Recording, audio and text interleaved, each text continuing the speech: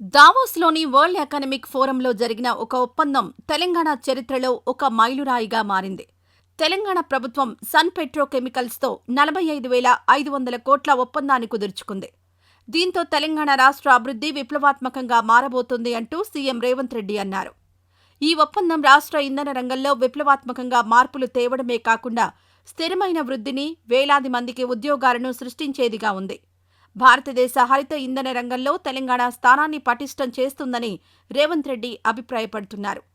Sun పెట్రోకెమికల్స్తో చేసుకున్న ఈ ఒప్పందంతో నాగర్ కర్నూల్, మంచిర్యాల, ములుగు జిల్లాల్లో 3,400 మెగావాట్ల సామర్థ్యంతో 3 అత్యాధునిక పంప్డ్ స్టోరేజీ హైడ్రో పవర్ ప్రాజెక్టుల అభివృద్ధికి మార్గం సుగమం చేసిందన్నారు. మొత్తం 5,440 మెగావాట్ల ఇంటిగ్రేటెడ్ సోలార్ పవర్ ప్లాంట్ల ద్వారా సంపూర్ణంగా ఇంధన మౌలిక సదుపాయాలను సమకూర్చే వీలు కలుగుతుందన్నారు. ఇక ఈ ప్రాజెక్టులు నిర్మాణ దశలో 7,000 ఉద్యోగాలను సృష్టించబోతున్నాయని వివరించారు. తెలంగాణకు పెట్టుబడులు ఒక ముఖ్యమైన ముందడుగు అని ముఖ్యమంత్రి రేవంత్ రెడ్డి కొనియాడారు. గత ఏడాది 40,000 కోట్ల పెట్టుబడులతో రాష్ట్రం కొంతమేర అభివృద్ధి చెందగా సన్ పెట్రోకెమికల్స్తో మరింత ఆర్థిక వృద్ధి, స్థిరమైన ఆదాయం ఈ రెండూ తెలంగాణ అభివృద్ధికి దోహదం చేస్తాయన్నారు. ఇది మన యువతకు పెద్ద సంఖ్యలో ఉద్యోగాలను సృష్టిస్తుంది. అలాగే నాగర్ కర్నూల్, మంచిర్యాల, ములుగు ప్రాంతాలు అభివృద్ధి చెందుతాయని రేవంత్ ఆనందం వ్యక్తం చేశారు. దాదాపు ఏడాది కాలంగా సాగిన చర్చలకు ఈ ఒప్పందం రాష్ట్రానికి మేలు చేసే అంశమని పరిశ్రమల శాఖ మంత్రి డి. శ్రీధర్బాబు కూడా అన్నారు. సీఎం రేవంత్ నాయకత్వంలోని తమ బృందం వ్యూహాత్మక నిర్ణయాలు తీసుకుంటోందన్నారు. 2014 నుండి పరిశీలిస్తే రాష్ట్రానికి వస్తున్న అతిపెద్ద పెట్టుబడులలో ఇది కీలక పాత్ర పోషించబోతోందన్నారు మంత్రి. ఈ ప్రాజెక్టులు రాష్ట్ర గ్రీన్ ఎనర్జీ సామర్థ్యాన్ని గణనీయంగా పెంచుతాయని, సుస్థిర విద్యుత్ ఉత్పత్తిలో జాతీయ అగ్రగామిగా ఉండాలన్న తెలంగాణ లక్ష్యానికి అనుగుణంగా ఉంటాయన్నారు. Sun Pharmaceutical Industries, Sun Petrochemicals managing director Dilip Shanghvi Telangana రాష్ట్రంపై తమకెంతో విశ్వాసం ఉందన్నారు. సీఎం రేవంత్ డైనమిక్ లీడర్ అని, ముఖ్యంగా గ్రీన్ ఎనర్జీ రంగంలో తెలంగాణ పెట్టుబడి కేంద్రంగా మారిందని, తెలంగాణతో తన భాగస్వామ్యం రాష్ట్రానికి ప్రయోజనం చేకూర్చడమే కాకుండా భారతదేశ ఆర్థిక, పర్యావరణ భవిష్యత్తుపై ప్రభావం చూపిస్తుందన్నారు.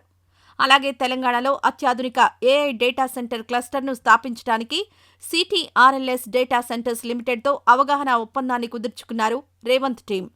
ప్రతిపాదిత AI data centre cluster 400 megawatt సామర్థ్యాన్ని కలిగి ఉంటుంది. ఇందులో 10,000 కోట్ల పెట్టుబడితో 3,600 ప్రత్యక్ష, పరోక్ష ఉద్యోగాలను సృష్టించడానికి దోహదపడుతుందన్నారు. రాష్ట్రంలో అత్యాధునిక మానవరహిత వైమానిక వ్యవస్థల తయారీ కేంద్రాన్ని నెలకొల్పేందుకు జేఎస్డబ్ల్యూ డిఫెన్స్కు అనుబంధ సంస్థ అయిన జేఎస్డబ్ల్యూ యూఏవీ లిమిటెడ్తో మరో అవగాహన ఒప్పందంపై సంతకం చేసింది.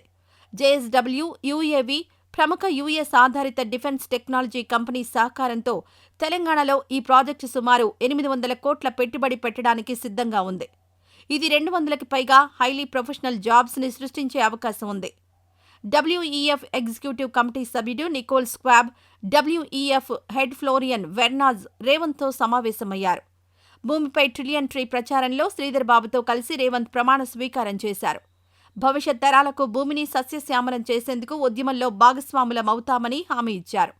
తెలంగాణ రైజింగ్ ప్రతినిధి బృందం రాష్ట్రంలో చేపడుతున్న చెట్ల పెంపకం ప్రయత్నాలను డబ్ల్యూఈఎఫ్ బృందానికి వివరించారు. ప్రతి అంశంలోనూ నెట్ జీరో విధానాలను అమలు చేయడానికి రాష్ట్ర ప్రభుత్వం ప్రయత్నిస్తోందన్నారు.